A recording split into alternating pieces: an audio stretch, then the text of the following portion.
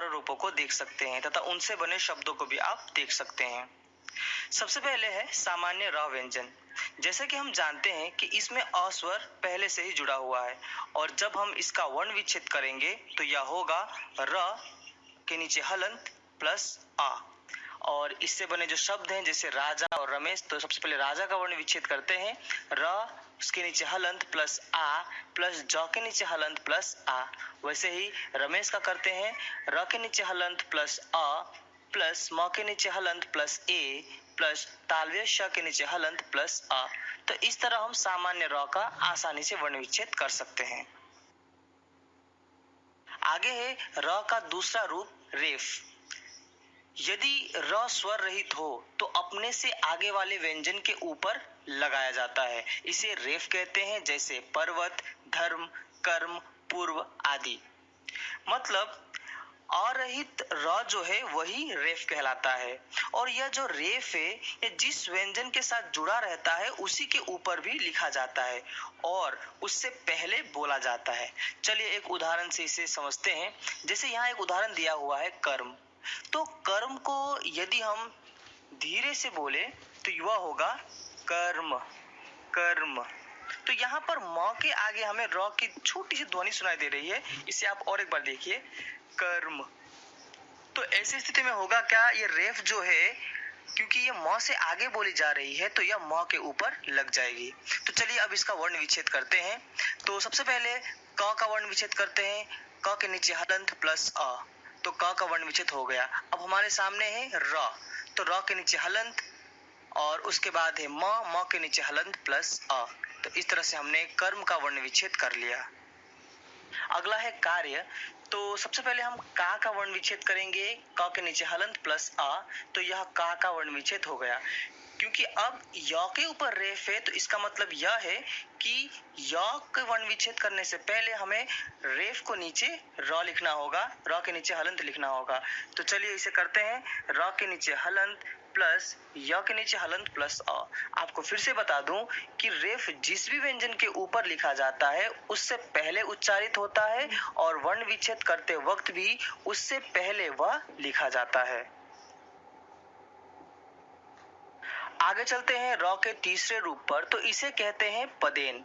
ये व्यंजन के नीचे इस तरह से लगाया जाता है, जैसे क्रम, ग्रहण, भ्रम, प्रकाश आदि।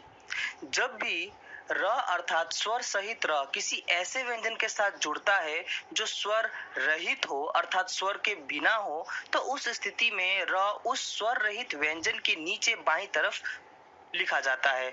इसे पदेन भी कहते हैं। उदाहरण के तौर पर देखिए प्रकाश।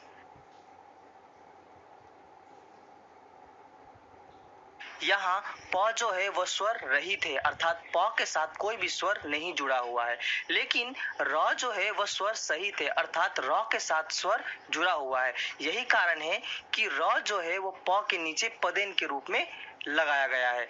तो चलिए इसका वर्ण विच्छेद करते हैं। सबसे पहले प्र का वर्ण विच्छेद करते हैं, प के नीचे हलंत प्लस र के नीचे हलंत प्लस अ। तो इस तरह हमने प्र का वर्ण विच्छेद कर लिया। अब बाकी बचा है कास, तो चलो कास का वर्ण विच्छेद करते हैं। क के नीचे हलंत प्लस आ प्लस तालव्य श के नीचे हलंत प्लस अ। तो इस तरह से हमने प्रकाश का वर्ण विच्छेद कर लिया। अगला है प्राण। तो सबसे पहले प्र का वर्ण विच्छेद कर लेते हैं। तो प के नीचे हलंत प्लस र के नीचे हलंत प्लस आ। तो इस तरह से हमने प्र का वर्ण विच्छेद कर लिया। बाकी बचा है न, तो न के नीचे हलंत प्लस अ। तो इस तरह से हमने प्राण का वर्ण विच्छेद कर लिया। फिर से आपको बता दूं कि पदेन वाली स्थिति में र जो है वह स्वर सहित होता है और र से पहले जो व्यंजन आता है वह स्वर रहित होता है अर्थात उसमें स्वर जुड़ा नहीं होता। यही कारण है कि उस व्यंजन के साथ र जो है पदेन के चिन्ह के रूप में जुड़ जाता है। अगला है र का चौथा रूप।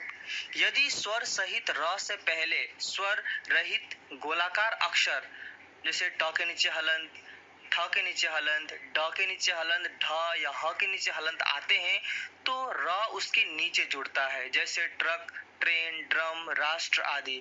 इसे भी पदेन ही कहते हैं। कहने का मतलब यह है कि यह पदेन केवल उसी व्यंजन के साथ जुड़ता है जिसके नीचे का भाग गोलाकार होता है, जैसे ट, ठ, ड, ढ, ह। तो यदि र के आगे स्वर रहित ऐसे व्यंजन आ जाए तो इस तरह के पदेन का वह रूप ले लेता है, जैसे ट्रक, ट्रेन, ड्रम, राष्ट्र आदि। चलिए एक उदाहरण देखते हैं। यहाँ दिया हुआ है ट्रक। तो सबसे पहले हम ट्र का वर्ण विच्छेद करेंगे। तो ट के नीचे हलंत प्लस र के नीचे हलंत प्लस अ। ध्यान देने वाली बात है कि यहाँ पर र जो है वो स्वर सहित है और ट जो है वो स्वर रहित है, इसीलिए ये जो र है वह इस तरीके के पदेन के रूप में नीचे जुड़ गया है। बाकी बचा क, तो क के नीचे हलंत प्लस अ। आगे देखते हैं ड्रम को। तो ड के नीचे हलंत प्लस र के नीचे हलंत प्लस अ प्लस म के नीचे हलंत प्लस अ। आगे है ट्रेन। तो ट के नीचे हलंत प्लस र प्लस ए प्लस न के नीचे हलंत प्लस अ। तो यहाँ ट्रेन में जो ए की मात्रा ट के ऊपर दिखाई दे रही है, तो वास्तव में वह ट के साथ नहीं जुड़ी है, वह जुड़ी है र के साथ। लेकिन र जो है वो पदेन के रूप में नीचे आ गया है, तो यह मात्रा ट के साथ जुड़ी हुई है।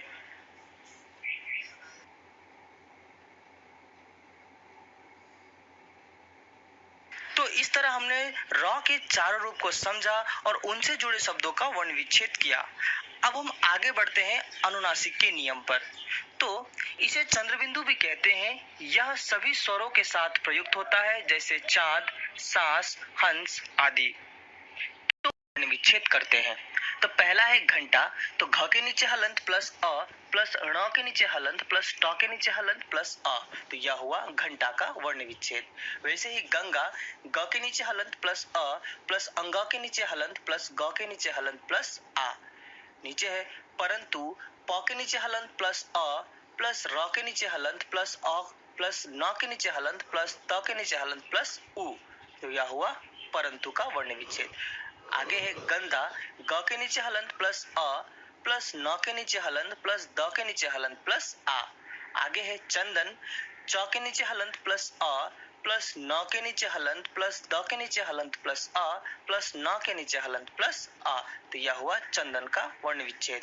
आगे है चंचल। तो च के नीचे हलंत प्लस अ प्लस य के नीचे हलंत प्लस च के नीचे हलंत प्लस अ प्लस ल के नीचे हलंत प्लस आ। तो यह हुआ चंचल का वर्ण विच्छेद। सम विषयक वर्ण विच्छेद।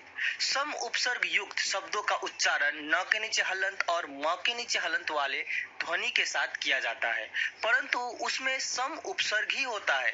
लेकिन वर्ण विच्छेद करते वक्त हम अनुस्वर की जगह म का ही इस्तेमाल करते हैं। मतलब जिस भी शब्द का उपसर्ग यदि सम है तो हो सकता है कि उसमें अनुस्वर का उच्चारण न या म के रूप में हो, लेकिन वर्ण विच्छेद करते वक्त हम अनुस्वर के स्थान पर म का ही इस्तेमाल करते हैं, जैसे संवाद। तो यहाँ अनुस्वर में म की ध्वनि सुनाई दे रही है, तो इसका वर्ण विच्छेद भी कुछ इस प्रकार है। स के नीचे हलंत प्लस अ प्लस म के नीचे हलंत। तो यह हो गया सम का वर्ण विच्छेद। अब है वाद का वर्ण विच्छेद। तो व के नीचे हलंत प्लस आ प्लस द के नीचे हलंत प्लस अ। लेकिन संधि में न की ध्वनि सुनाई देती है, लेकिन इसके अनुस्वर को हम म के रूप में लिखते हैं, जैसे संधि स के नीचे हलंत प्लस अ प्लस म के नीचे हलंत। तो यह हो गया सन का वर्ण विच्छेद। अब बाकी जो है उसमें ध के नीचे हलंत प्लस ई। तो यह हुआ संधि का वर्ण विच्छेद। वैसे ही संशय में भी न की ध्वनि सुनाई देती है, लेकिन हम इसके अनुस्वर को म के रूप में ही लिखते हैं, जैसे स के नीचे हलंत प्लस अ प्लस म के नीचे हलंत। तो यह हो गया सन का वर्ण विच्छेद। और बाकी है स के नीचे हलंत प्लस अ प्लस य के नीचे हलंत प्लस अ। तो यह हुआ संशय का वर्ण विच्छेद।